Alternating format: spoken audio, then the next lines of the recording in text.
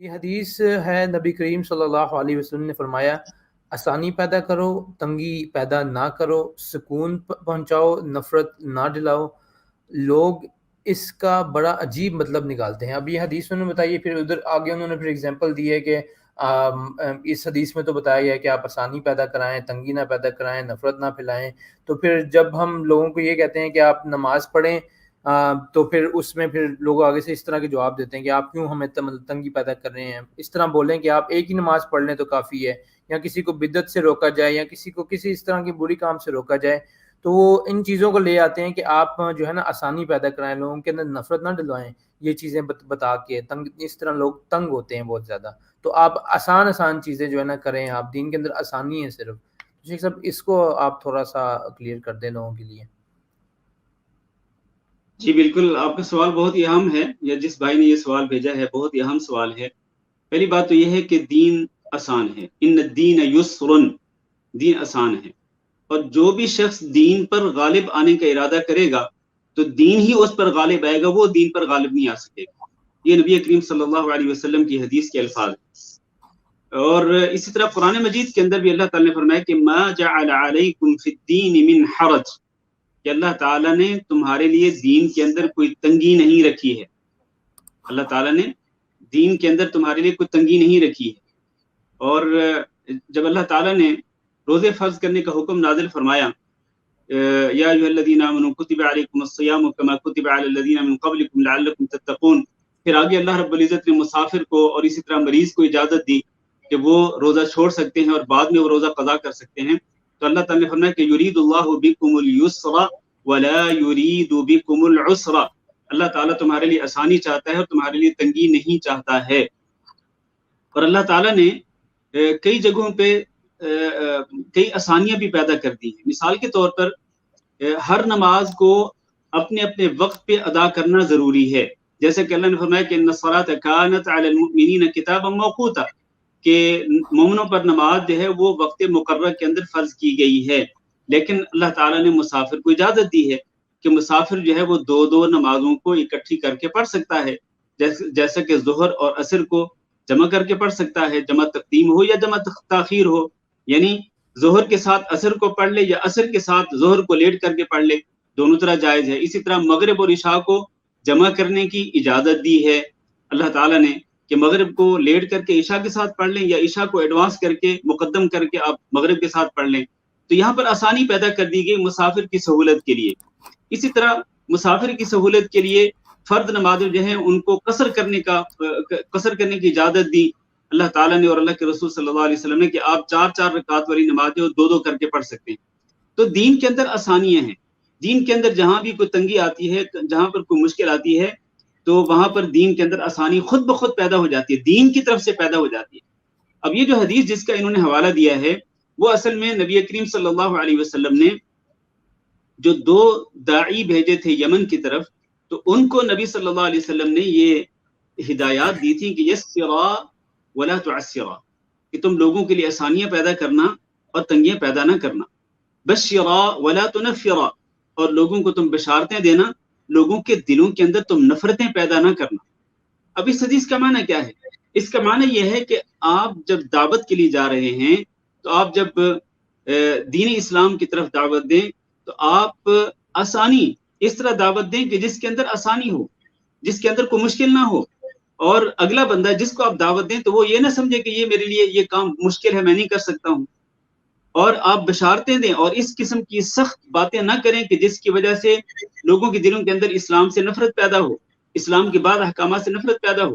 تو یہ ہدایات دی نبی کریم صلی اللہ علیہ وسلم نے، لیکن اس کا معنی یہ ہرگز نہیں ہے کہ آپ دین کے کئی احکامات سے دستبرداری اختیار کر لیں۔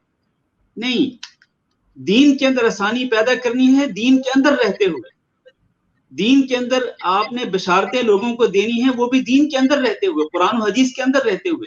قرآن و حدیث جو ہے یہ ایک پیمانہ ہے، آپ نے اس کے اندر رہتے ہوئے آپ نے آسانیاں بھی پیدا کرنی ہیں۔ یہ نہیں ہے کہ آپ قرآن مجید کی تعلیمات سے ہٹ کر آپ لوگوں کے لیے آسانیاں پیدا کرنا شروع کر دیں۔ اگر آپ اس طرح کریں گے تو پھر اگر ہر دائی اسی طرح کرے گا کہ وہ اپنے سامنے والے لوگوں کی آسانی کو دیکھتے ہوئے وہ دین کے احکامات کو بیان کرے، تو پھر تو دین ایک کھلواڑ بن جائے گا, دین تو ایک مذاق بن جائے گا, پھر دین دین نہیں رہے گا. تو دین کے اندر رہتے ہوئے دین نے جو حدود مقرر کر دی, تلک حدود اللہ فلا تعتدوها, اللہ کی حدیں ہیں, ان حدوں کو نہیں پھلانگنا ہے, ان حدوں سے تجاوز نہیں کرنا ہے, ان حدوں کو کراس نہیں کرنا ہے. تو اللہ کی حدوں کے اندر رہتے ہوئے, اللہ کی شریعت کے اندر رہتے ہوئے آپ لوگوں کے لیے آسانیاں پیدا کریں دعوت کے اندر, اور ایسی بات نہ کریں کہ جس سے لوگوں کے دلوں کے اندر نفرت پیدا ہو. اب جیسے کہ انہوں نے مثال دی ہے کہ جی آپ دعوت کے اندر لوگوں کو یوں نہ کہیں کہ بھی 5 نمازیں پڑھیں, بلکہ یوں کہیں کہ بھائی تم نماز پڑھو چاہے ایک ہی پڑھو.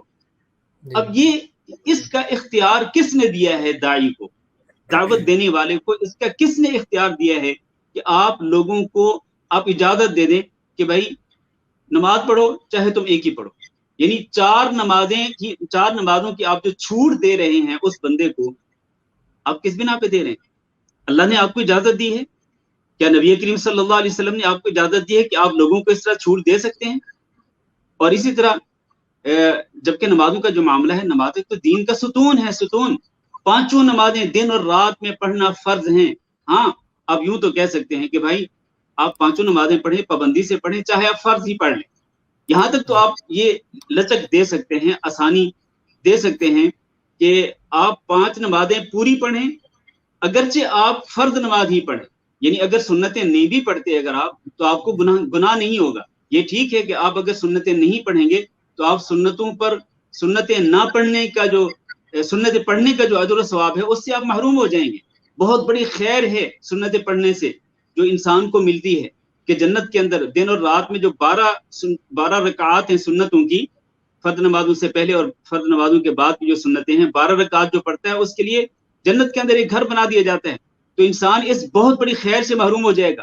اس کو اس کی فضیلت بھی ذکر کریں, لیکن آپ یہ لچک دے سکتے ہیں کہ بھائی چلو اگر تمہارے پاس وقت نہیں ہوتا, تم اتنے بیزی ہوتے, تو چلو کم از کم فرض نماز تو پڑھ لیا کرو. فرض نماز سے نیچے, یعنی فرض نماز کے اندر آسانی پیدا کرنا اور اس سے دستبرداری اختیار کر لینا, کبھی تم 2 نمازیں پڑھ لیا کرو, 1 پڑھ لیا کرو, یا 3 پڑھ لیا کرو, 2 نہ پڑھا کرو, اس طرح کی چھوٹ جو ہے وہ اسلام کے اندر نہیں دی گئی ہے.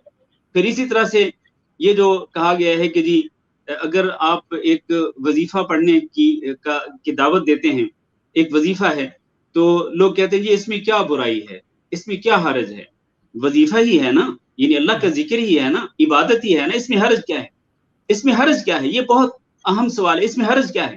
حرج یہ ہے کہ اس وظیفے کو نبی صلی اللہ علیہ وسلم نے نہیں کیا. جو وظیفہ نبی صلی اللہ علیہ وسلم نے نہیں کیا وہ وظیفہ اسلام کا حصہ نہیں ہو سکتا. اب مثال کے طور پر کئی لوگ جو ہیں وہ اس طرح وظیفے کرتے ہیں کہ وہ مثلا الا اللہ الا اللہ الا اللہ الا اللہ پڑھتے ہیں, یا اللہ اللہ اللہ اللہ, یا ہو کا ورد کرتے ہیں. یہ وہ ذکر ہے کہ جو نبی صلی اللہ علیہ وسلم نے اپنی امت کو نہیں سکھلایا, کہ آپ صرف الا اللہ پڑھیں, یا آپ صرف اللہ اللہ کہیں, یا ہو کہیں. یہ ذکر نبی صلی اللہ علیہ وسلم نے اپنی امت کو نہیں سکھلایا. یہ وہ ذکر ہے کہ جو خود سے ایجاد کیا گیا ہے. اور اللہ کے نبی صلی اللہ علیہ وسلم نے فرمایا کہ کل بدعۃ ضلالہ کل محدثۃ بدعہ, کہ ہر نیا کام جو دین کے اندر ایجاد کیا جاتا ہے وہ بدعت ہے, اور ہر بدعت گمراہی. تو یہاں اس معاملے کے اندر چھوٹ نہیں دی جا سکتی. آپ کو صحابہ کرام یہ کہا کرتے تھے کہ کل عبادۃ لم يتعبدها اصحاب النبی صلی اللہ علیہ وسلم فلا تعبدوها, کہ ہر وہ عبادت جو صحابہ کرام نہیں کرتے تھے تم بھی وہ عبادت نہ کرو. تو صحابہ کرام کیا اس طرح ذکر کرتے تھے؟ آج جتنی بھی بدعات ایجاد ہو چکی ہیں, کیا صحابہ کرام ان بدعات پہ عمل کرتے تھے؟ نہیں کرتے تھے. تو پھر یہاں پر حرج کیا ہے؟ وہ جی ہے تو عبادت نا, کار خیر ہے نا, نیکی کا کام ہے جی, اس کے کرنے میں کیا حرج ہے؟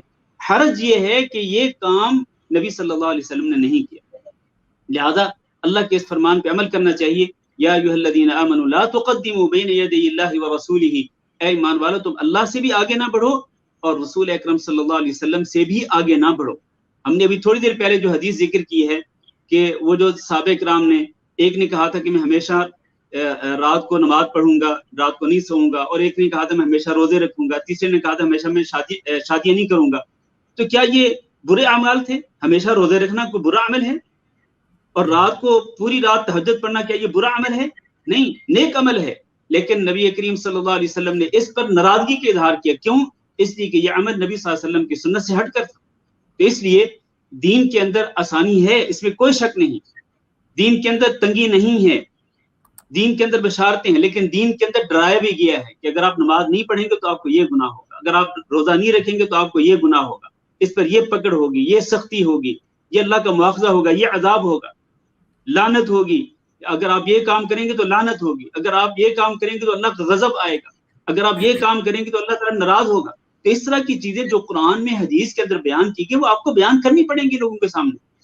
یہ نہیں کہ جی آپ بس فضیلتیں ہی سناتے رہیں اور جن احادیث یا جن آیات کے اندر اللہ کا عذاب ذکر کیے گا تو آپ لوگوں کے سامنے ذکر ہی نہ کریں. یہ کون سا اسلوب ہے؟ یہ اسلوب قطعاً درست نہیں ہے. خلاصہ یہ ہے کہ اس حدیث سے استدلال کرتے ہوئے یہ کہنا کہ آپ دین کے اندر چھوٹ دے دیں، دین کے احکامات سے آپ دستبردار ہو جائیں، حتیٰ کہ آپ کو نمازوں کے اندر بھی اگر آپ کچھ نمازوں سے ودرا کر لیں تو کوئی مسئلہ نہیں. یہ بہت ہی سنگین معاملہ ہے.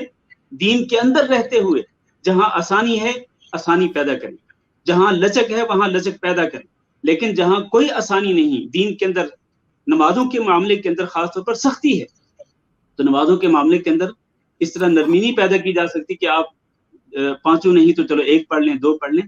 اس طرح جو ہے یہ حدیث کی تعویل جو ہے یہ بالکل غلط ہے جو کسی نے کی ہے. تو اس طرح نہیں کرنا چاہیے اور حدیث کو اس کے اصل مفہوم میں رکھنا چاہیے. واللہ اعلم.